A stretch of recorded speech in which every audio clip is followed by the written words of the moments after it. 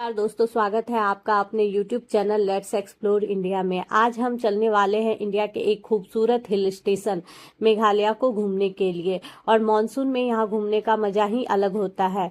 तो जानेंगे इस पूरे वीडियो में कि हम कैसे इस पूरे ट्रिप को बजट फ्रेंडली तरीके से कंप्लीट कर सकते हैं और साथ ही यहाँ घूमने के सबसे प्रसिद्ध जगह कौन कौन सी है। तो चलिए प्लान करते हैं अपने इस ट्रिप को बेहद स्मार्टली और बजट फ्रेंडली। सोचिए, सुबह आपकी आंख खुलती है और होटल की खिड़की खोलते ही सामने पहाड़ नहीं बल्कि बादल खड़े हैं। कुछ ही देर बाद आप ऐसे वाटरफॉल के सामने खड़े हैं जिसकी आवाज दूर से सुनाई दे रही है। और शाम को आप एक ऐसे नदी के किनारे बैठे हैं जिसका पानी इतना साफ दिखाई देता है कि नीचे के पत्थर तक नजर आते हैं।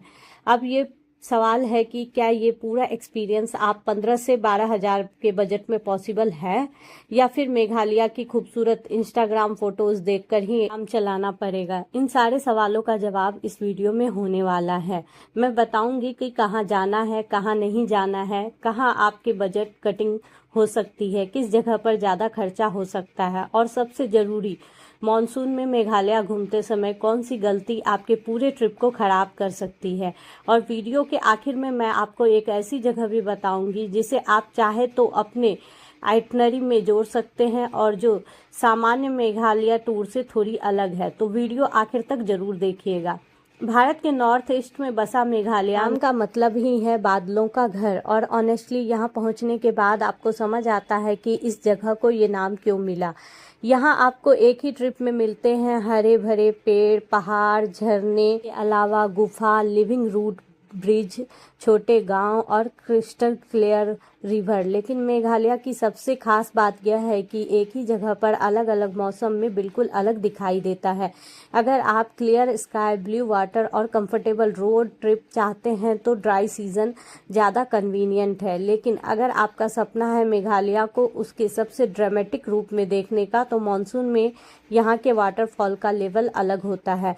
अगस्त और सितंबर में कई वाटरफॉल बहुत ज़्यादा पावरफुल दिखाई देते हैं। लेकिन इसके साथ ही एक वार्निंग भी है, मॉनसून मेघालय सिर्फ ब्यूटीफुल नहीं, अनप्रेडिक्टेबल भी है।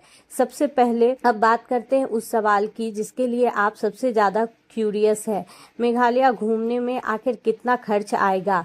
इंटरनेट पर आपको 10,000 से 40,000 तक के अलग अलग फिगर मिल जाएंगे। लेकिन असली बजट 3 चीज़ों पर डिपेंड करती है। आप कहाँ से जा रहे हैं, कितने लोग के साथ जा रहे हैं, और प्राइवेट टैक्सी लेते हैं या शेयर्ड लोकल ट्रांसपोर्ट का यूज़ करते हैं।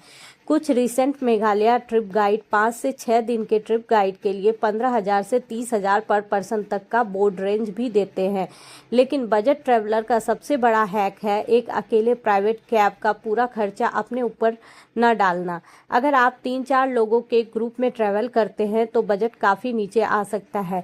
इसलिए इस वीडियो में हम लग्जरी मेघालय नहीं बल्कि स्मार्टली मेघालय घूमने का प्लान करेंगे। हमारा टारगेट होगा लगभग 5 से 6 दिन का trip, budget stay, local food और शेयर्ड ग्रुप ट्रांसपोर्ट जहां पॉसिबल हो उसका यूज़ करना, और कई रास्तों के अट्रैक्शन वाले पॉइंट्स को भी कवर करना। अगर आप देश के किसी भी हिस्से से आ रहे हैं तो सबसे प्रैक्टिकल एंट्री पॉइंट है गुवाहाटी, असम, क्योंकि मेघालय का popular tourist circuit generally Guwahati से शुरू करना आसान होता है। यहाँ आपका बेसिक रूट कुछ ऐसा हो सकता है, गुवाहाटी से शिलोंग, शिलोंग से सोहरा, सोहरा से चेरापूंजी और चेरापूंजी से डाउकी और फिर वहां से गुवाहाटी। और यही रूट हम इस वीडियो में फॉलो करेंगे। अगर आपका बजट टाइट है तो सबसे पहले फ्लाइट या ट्रेन का फेयर कंपेयर करके प्री बुकिंग करना। एक और बहुत ज़रूरी बात, मेघालय में पहुंचकर हर जगह टैक्सी बदलने की कोशिश मत कीजिएगा। पहले ही डिसाइड कर लें कि किन दिनों पर लोकल शेयर ट्रांसपोर्ट लेना है और किन दिनों पर कैब लेना है। ये बहुत ज़्यादा प्रैक्टिकल रहेगा क्योंकि यहाँ असली खर्च अक्सर साइड सीन टिकट नहीं, ट्रांसपोर्ट बन जाता है। डे 1 में सबसे पहले गुवाहाटी टू शिलोंग कवर करेंगे। अब हम शुरू करते हैं हमारी एक्चुअल जर्नी।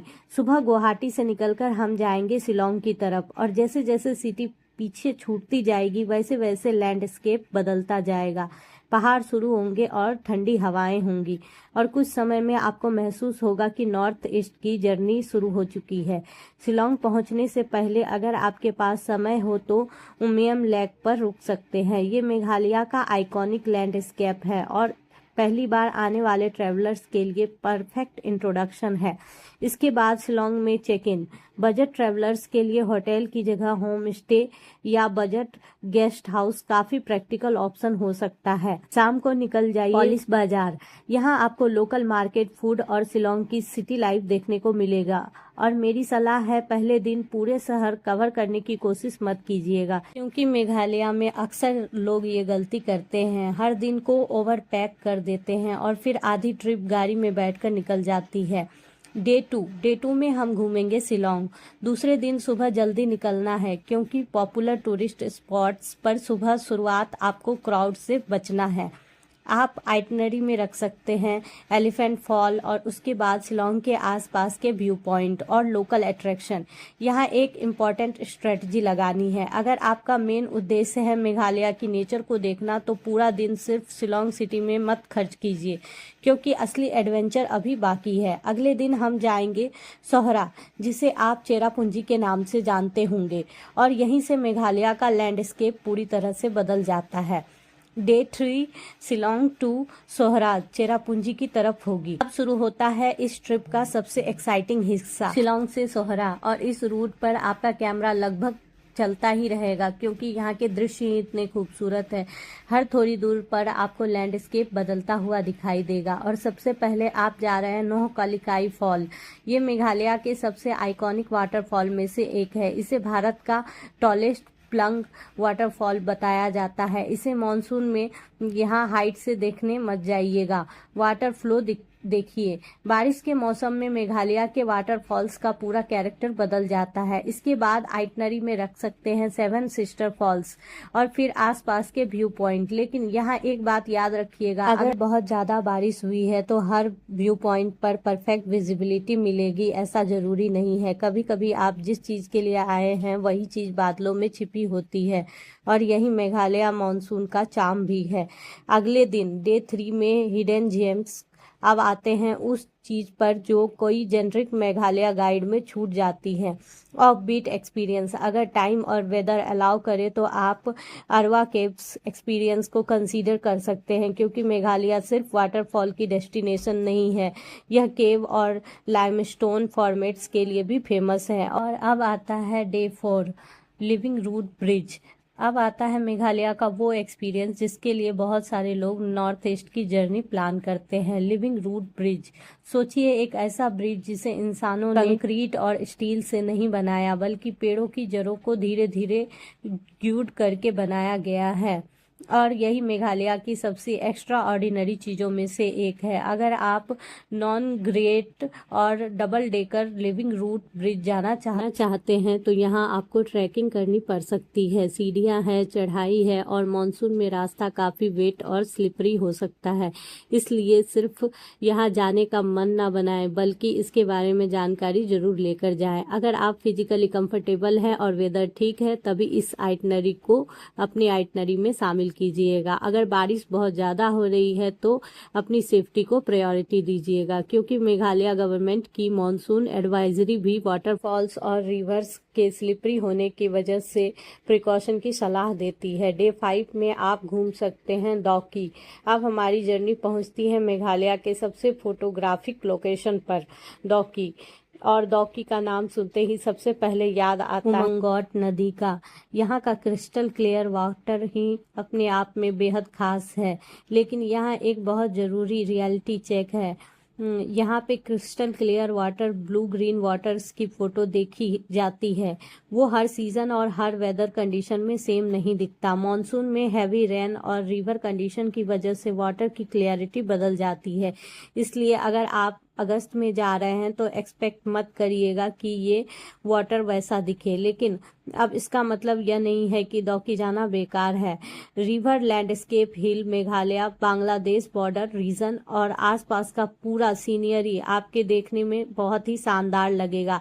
अगर बोटिंग कंडीशन सेफ हो और लोकल अथॉरिटीज अनुमति दे तो आप ये एक्टिविटीज भी कर सकते हैं। वेदर खराब होने की वजह से ज्यादातर टाइम बोटिंग बंद रहती है। इसके बाद हम जा रहे हैं मावलीनोंग। यह जगह अपने क्लीन विलेज इमेज के लिए बहुत फेमस है, लेकिन मेरी यह सलाह है कि एशिया की क्लीनेस्ट विलेज वाली लाइन सुनकर यहाँ मत जाइएगा। गांव को देखिएगा, लोकल लाइफस्टाइल ऑब्जर्व कर सकते हैं। यहाँ आप लोगों की क्लीननेस, कम्युनिटी प्रैक्टिस वगैरह आप यहाँ समझ सकते हैं और ये इस ट्रैवल का सबसे खूबसूरत हिस्सा है। अगर आप मेघालय जाने वाले हैं तो ये 4-5 मिस्टेक है जो आपको बिल्कुल भी नहीं करनी चाहिए। हर जगह कवर करने की कोशिश बिल्कुल ना करें। मेघालय दिखता छोटा है लेकिन रोड ट्रैवल में काफ़ी टाइम लग सकता है, इसलिए मैप देखकर डिस्टेंस जज मत कीजिएगा, ट्रैवल टाइम देखिएगा। मिस्टेक नंबर 2, मॉनसून को अंडर एस्टिमेट कभी मत करिएगा। अगस्त में मेघालय खूबसूरत है लेकिन हैवी रेनफॉल के साथ रोड डिस्टर्बेंस और स्लिपरी प्रॉब्लम्स और लैंडस्लाइड का रिस्क भी होता है। हाल ही में मेघालय एडमिनिस्ट्रेशन ने मॉनसून के दौरान रोड इनस्टेबिलिटी और हैवी रेनफॉल के समय अननेसेसरी ट्रेवल अवॉइड करने को कहा है। और सबसे खास बात कि यहाँ पे गलत फुटवेयर का यूज मत करिएगा। फैशनेबल शूज यहाँ पे आपके लिए बिल्कुल भी परफेक्ट नहीं है। नॉन स्लिप शूज या प्रॉपर ट्रैकिंग शूज ही लेकर आइएगा, क्योंकि वेट मेघालय में एक छोटी सी स्लिप आपकी पूरे ट्रिप और मूड को बदल सकती है। मिस्टेक जो ज्यादातर लोग करते हैं, एक भी दिन एक्स्ट्रा ना रखना, तो अपने इस पूरे ट्रिप में कुछ दिन एक्स्ट्रा जरूर रखिएगा, क्योंकि बारिश की वजह से रोड डिले हो जाते हैं तो पूरी जर्नी डिस्टर्ब हो जाती है। और मॉनसून के लिए कुछ खास पैकेजिंग जो आपको जरूर से जरूर करनी चाहिए: rain jacket, waterproof phone pouch, power bank, quick dry cloth और extra socks, slipper, basic medicine और इंसेक्ट रिपेलेंट और छोटी सी ड्राई बैग। ये सभी खास चीजें हैं जो आपके ट्रिप में बेहद जरूरी है। अपने डॉक्यूमेंट्स और इलेक्ट्रॉनिक सामान को वाटरप्रूफ रखें, क्योंकि मेघालय में बारिश कभी पूछकर नहीं आती। अब है सबसे खास चीज कि क्या मेघालय 12 से 15 हजार में घूमना पॉसिबल है? तो इसका आंसर है हाँ, लेकिन कंडीशन के साथ आपको ट्रैवल ग्रुप में करना होगा, बजट स्टे चुनना होगा, ट्रांसपोर्ट स्मार्टली प्लान करना होगा और हर जगह कवर करने के बजाय सेफ और सही प्लेसेस को चुनना होगा। अगर आप मेरी वीडियो पहली बार देख रहे हैं और मेघालय जा रहे हैं तो ये आपके लिए बहुत हेल्पफुल होगी। और वीडियो अच्छी लगे तो लाइक, शेयर और सब्सक्राइब करें। Thank you for watching.